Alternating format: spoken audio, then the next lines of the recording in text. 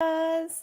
Um, Hi, everyone. I am Kylie, and I am really hoping to get to doing these lives, ideally every Monday, Wednesday, and Friday around 3 o'clock. It's right before I go and pick up my kids.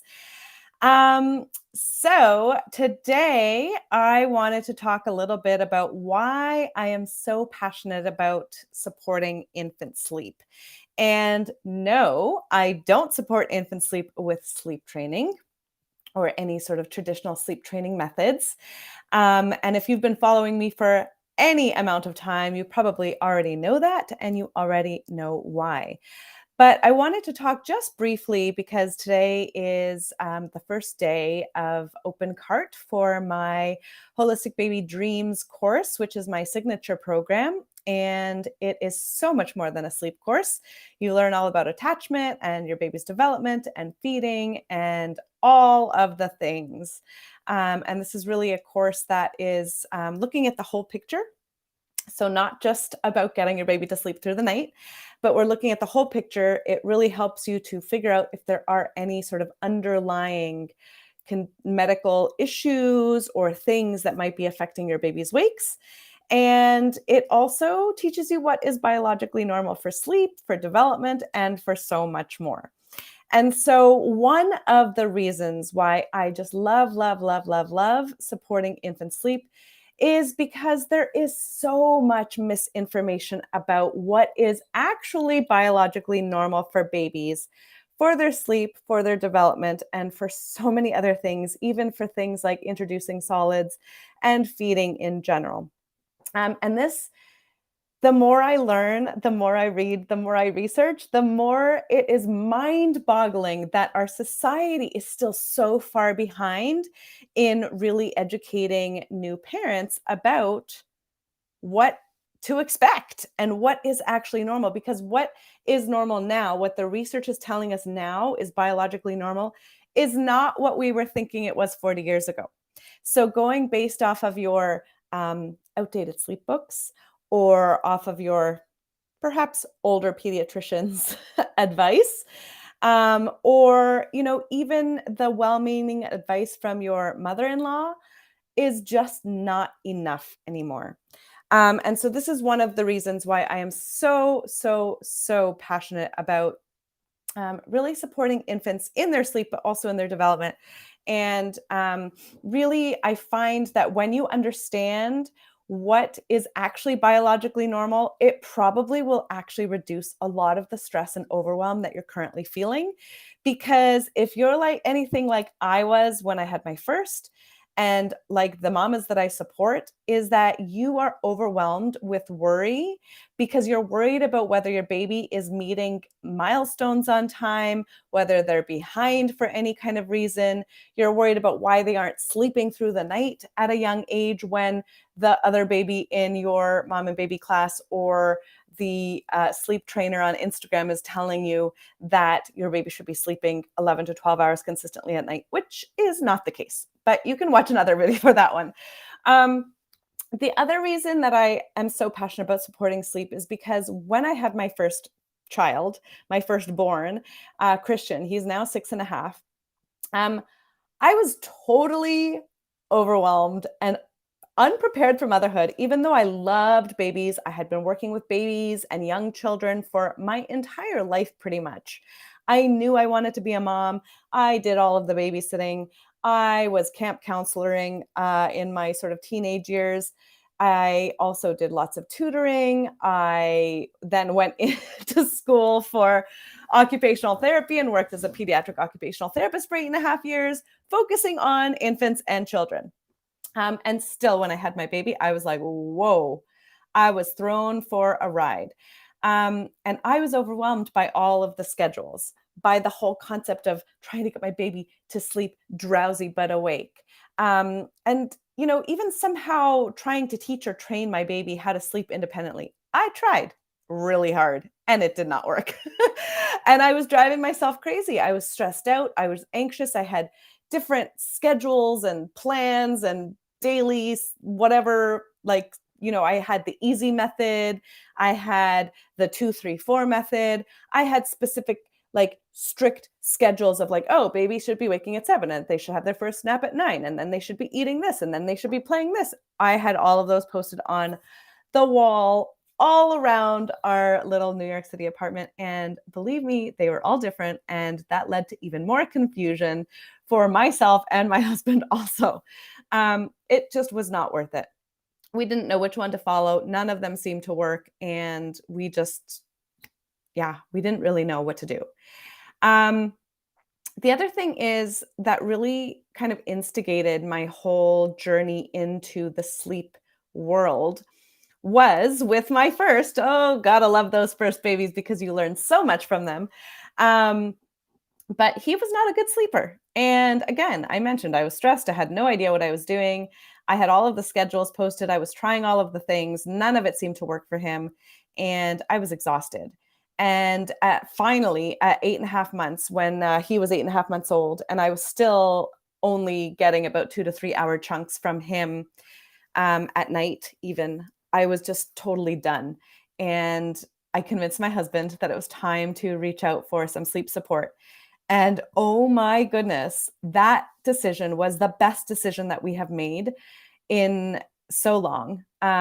It really helped me to focus on the attachment piece and the relationship piece with my son, um, and really get out of my head and really start tuning into my baby and his tired cues and what he needed, and following my instincts and realizing that that was okay, and that things that I was already doing, like nursing to sleep or baby wearing so that he would have a nap in the carrier, all of those things were 100% totally fine and normal and exactly what babies need.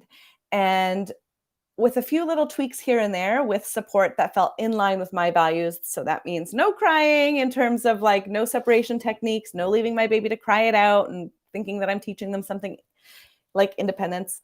Um, and so all of that stuff really helped me to feel more grounded, to feel less stressed, to feel supported.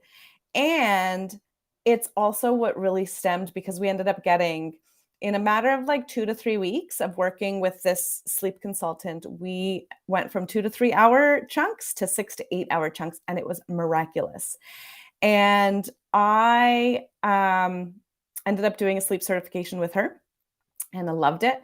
And it totally changed my occupational therapy practice as well, just in terms of bringing in the attachment and relationship piece, even, and understanding all of that just at a deeper level, and how that can really impact not only sleep, but so many other areas of our sort of children's journey and our motherhood journey. So that was another reason why I really just got so passionate about sleep. I ended up getting that certification. I have recently also gotten a certification in more of the neuroscience background of infant sleep, which is like also mind boggling, because really infant brains are not like adult brains, and infant brains need adult brain support through co-regulation to really function at their sort of top level. And so that was like a whole other spectrum of, or piece of the puzzle for me when it came to supporting sleep. Um, and, really, all in all, my underlying sort of mission and message, and what I am trying really hard to put out there and to support mamas with, is really getting back to tuning into and trusting your mama instincts, and realizing that you're actually not doing anything wrong, even with all of the things that you're doing right now, that you are doing the exact right thing for your baby and for yourself. And what you're doing, if it's working, that's what you should keep doing. If it's not working anymore, or if you hate a part of it, that's when you're really meant to be making the changes. And you can make those changes, whatever they are, in a way that is responsive, that is supportive, that is in line with your parenting values, and that never ever asks you to do something that you're not okay with, that you're not comfortable with. So for me, that was letting my baby cry and try to figure it out on his own. Um, so I'm really, that whole like tuning into and trusting your mama instincts, and understanding and truly believing that you actually do have all of the answers inside of you. is a huge piece of the work that I do with mamas because I think it's so important. And it's also so important that it's actually the underlying theme of the book that I am currently writing, which is super exciting. And I can't wait to share more about that book soon with all of you in the coming months because we're getting all of the final details sorted. But really exciting. I can't wait. And then finally, number 5 is really this I guess knowledge or this understanding that there's so much bad advice out there. Um, and outdated advice out there, and that really finding a trusted advisor, a trusted professional that you can, that resonates with your parenting values, because that's also really important. Not everybody will resonate with everybody, and that's totally fine.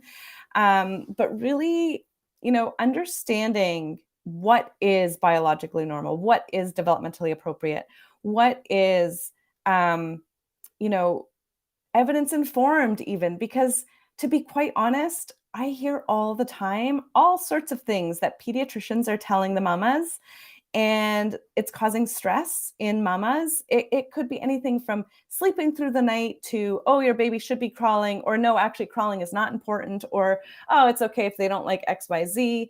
Um, and to be quite honest, your pediatrician did not go and get in-depth learning in infant sleep or infant development or infant nutrition. At best, in medical school, they probably got one lesson on that. Um, and a lot of the advice that they're giving you is actually from their own experience, which is not necessarily what you should be doing. I find that a lot of times our society is still very much this like, oh, yeah, the pediatrician said, I must follow the pediatrician. But meanwhile, when I hear some of the advice that comes out of some of the pediatricians, I'm not saying all pediatricians, but there's definitely a ton of pediatricians out there who are amazing, and doctors. I'm kind of lumping everybody under that pediatrician thing, but it could be doctors, family doctors, pediatricians. It could also be, even midwives, other healthcare professionals. Sometimes the craziness that I hear, it really hurts my heart because we're not all on the same page. And a lot of that comes from the fact that you're a generalist when you're a family doctor, or even a pediatrician. You're specializing in children, but you're still a generalist. And really, in medical school, they get taught to diagnose pathology. They get taught about all the different diseases and all of the different symptoms and all of the different medications that can help with the diseases and the tests that you need to do to confirm the diseases and all of those things. But you don't get taught about what is developmentally appropriate for, let's say, motor development, or what is biologically normal for infant sleep, or even how, like, nutrition for infants and how their digestive systems work. That is not something that is taught in depth in medical school at all. And a lot of the sleep books out there are outdated, and then sleep trainers are getting trained by other sleep trainers, and they're off going off outdated advice, outdated research that wasn't really done very rigorously and has a lot of flaws in it. And, focusing on separation rather than the connection, which is not what research is saying right now. Now, in 2022, research is now showing that responsive parenting is the way. Rather than separation, rather than coercive parenting, and that really focusing on the connection. And I think if COVID has shown us anything, is that the connection is the key. Anyway, so that's why I am so passionate, or some of the reasons why I am so passionate about infant sleep, why I have really transitioned my entire occupational therapy practice away from just supporting things like fine motor skills and even sensory processing, and more into really focusing on this mom and baby dyad, and focusing on supporting moms to feel confident in their baby's sleep, in their baby's development, and also in their baby's reflux and nutrition and that kind of digestive piece, as well in the first 2 years. If you would like to learn more and also be privy to some free trainings, I highly encourage you to come and join me inside the Sleep Deprived Zombie Mamas community over on Facebook. I will post the link below this video or above this video, wherever you're watching. And if you have any questions or comments, I would love to hear them in the comments. You can also just DM me. Um, I'm always here. Bye for now.